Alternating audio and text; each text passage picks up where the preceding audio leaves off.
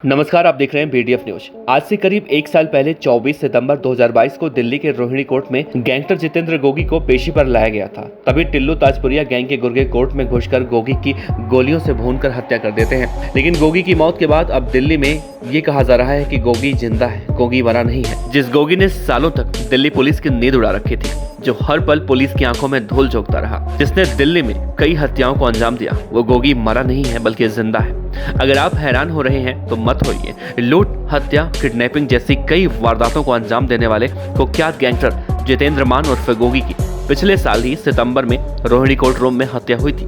Tillu Tajpuriya gang ने गोगी को गोलियों से भून डाला था, लेकिन जितेंद्र गोगी का गैंग और उसकी दहशत जिंदा है। कुछ वक्त शांत रहने के बाद अब एक बार फिर से गोगी गैंग के कारनामे दिल्ली में दिखाई देने लगे हैं। गोगी की हत्या के बाद दिल्ली पुलिस ने शायद कुछ दिन ही चैन की सांस ली हो, लेकिन अब गोगी गैंग फिर से एक्टिव हो चुका है। क्या फिर से दिल्ली में जितेंद्र गोगी गैंग की नई गैंग वॉर की कहानी शुरू होने वाली है? आखिर गोगी रिटर्न्स क्या है? कैसे मरने के बाद भी खूंखार गैंगस्टर गोगी जिंदा हो गया और दिल्ली पुलिस की रातों की नींद उड़ा रखी है? इसी महीने यानी कि 22 अगस्त 2022 दिल्ली के मुंडका का इलाका था। हाथ में पिस्टल लिए एक घर में दो लोग एंट्री मारते हैं। अंदर बैठे तीन लोग जैसे ही इन्हें देखते हैं, खुद को बचाने के लिए भागने की कोशिश करते हैं, लेकिन तब तक ये दोनों ताबड़तोड़ गोलियां बरसाना शुरू कर देते हैं। गोलियों का निशाना ऐसा था कि इन तीनों के लिए बचना मुश्किल हो जाता है। घर में मौजूद तीन में से दो लोगों को गोलियां लग जाती हैं, जबकि तीसरा व्यक्ति जैसे तैसे करके वहां से भागकर अपनी जान बचाने में कामयाब हो जाता है। एक एक चाल, एक एक कदम,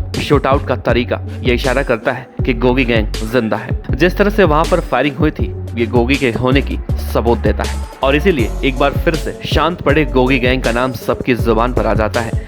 मुंडका के बक्करवाला जेजे कॉलोनी में दो लोगों की हत्या और शख्स के जख्मी होने के बाद पुलिस हरकत में आती है। जांच शुरू की जाती है तो सारी कड़ियां गोगी गैंग की तरफ इशारा करती हैं। जो घटना इस महीने हुई है, उस घटना को कहा जा रहा है कि 5 साल पहले दिल्ली के मंडोली जेल में तैयार किया गया था। दरअसल पिछले साल जितेंद्र उर्फ गोगी की मौत के बाद ये माना जा रहा था कि ये गैंग अब शांत हो जाएगा, लेकिन उसी अंदाज में शूटआउट को अंजाम देना पुलिस के लिए भी पहेली बन चुका है और इस गुत्थी को सुलझाने के लिए दिल्ली पुलिस क्लू के आधार पर सीधा मंडोली जेल पहुंचती है, क्योंकि मंडोली जेल से ही जुड़े हैं इस पूरे शूटआउट के तार। नवभारत टाइम्स की रिपोर्ट के मुताबिक गोगी गैंग का सबसे खास आदमी अंकेश लाकड़ा इसी जेल में बंद है। पुलिस बिना देर किए गोगी गैंग के इस खतरनाक गैंगस्टर अंकेश लाकड़ा को एक दिन का रिमांड लेती है और पूछताछ के लिए उसे ले जाया जाता है और फिर सामने आती है इस शूटआउट की पूरी कहानी। अंकेश लाकड़ा ने मंडोली जेल में बैठकर सबसे पहले इस शूटआउट की स्क्रिप्ट लिख डाली और फिर जेल में बैठे बैठे ऐसे इंतजाम किए कि गैंगस्टर की दुनिया में गोगी फिर से जिंदा हो गया। पुलिस के पूछने पर गैंगस्टर ने उस रात की पूरी कहानी बताई जब उसने शूटआउट के इस प्लान को अंजाम दिया था। इस कहानी का विलन था सतीश। सतीश की मुंडका में सट्टे के कारोबार में अच्छी जान पहचान है, तो उसे गोगी गैंग को हर महीने 20 से 30 हजार रुपए रंगदारी के रूप में देने थे, लेकिन बाद में वो मुकर गया। लकड़ा के मुताबिक वो बार बार कहने पर भी रंगदारी देने को तैयार नहीं था। उल्टा उसने जेल में अंकेश लकड़ा को फोन करके पैसे ना देने की बात कही, जिससे लकड़ा तिलमिला गया और बना लिया सतीश को मारने का प्लान। इसी प्लान के तहत शूटर बक्करवाला कॉलोनी के उस घर में घुसे, लेकिन पुलिस के मुताबिक सुपारी शूटर्स ने गलत घर में हमला बोला और इसीलिए जिन गोलियों पर सतीश का नाम लिखा गया था, उन गोलियों ने किसी और की जान ले ली। यानी गोगी गैंग का पूरा प्लान गलत पहचान की वजह से फ्लॉप हो गया। लेकिन बावजूद इसके गोगी की दहशत एक बार फिर से दिल्ली में देखने को मिलने लगी है। पुलिस ने लाकड़ा की जानकारी और शूटआउट लोकेशन से मिली सीसीटीवी फुटेज के आधार पर दो अज्ञात लोगों को हिरासत में लिया है, लेकिन अभी तक ये साफ नहीं हो पाया है कि ये दोनों अमित और फौजी ही हैं या फिर कोई और। दिल्ली पुलिस का यह भी मानना है कि इस शूटआउट के अलावा पिछले सोमवार को बुराड़ी में हुई फायरिंग में भी गोगी गैंग का हाथ है। बुराड़ी में हुई फायरिंग में अमित गुप्ता नाम के एक होटल व्यवसायी अमित गुप्ता को निशाना बनाया गया। शूटर्स ने जबरदस्ती फायरिंग की, जिसमें अमित गुप्ता बुरी तरह से घायल हो गए।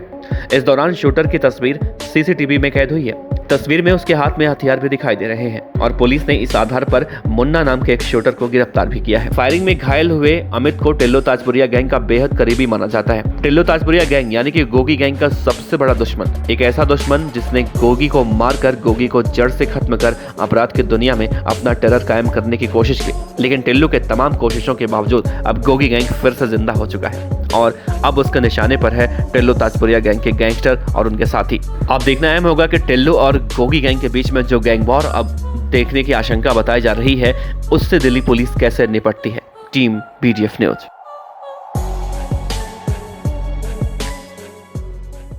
खबर अच्छी लगी हो तो लाइक कीजिए, सब्सक्राइब कीजिए साथ ही बेल आइकन का बटन दबाइए पीडीएफ न्यूज की खबरें सबसे पहले देखने के लिए।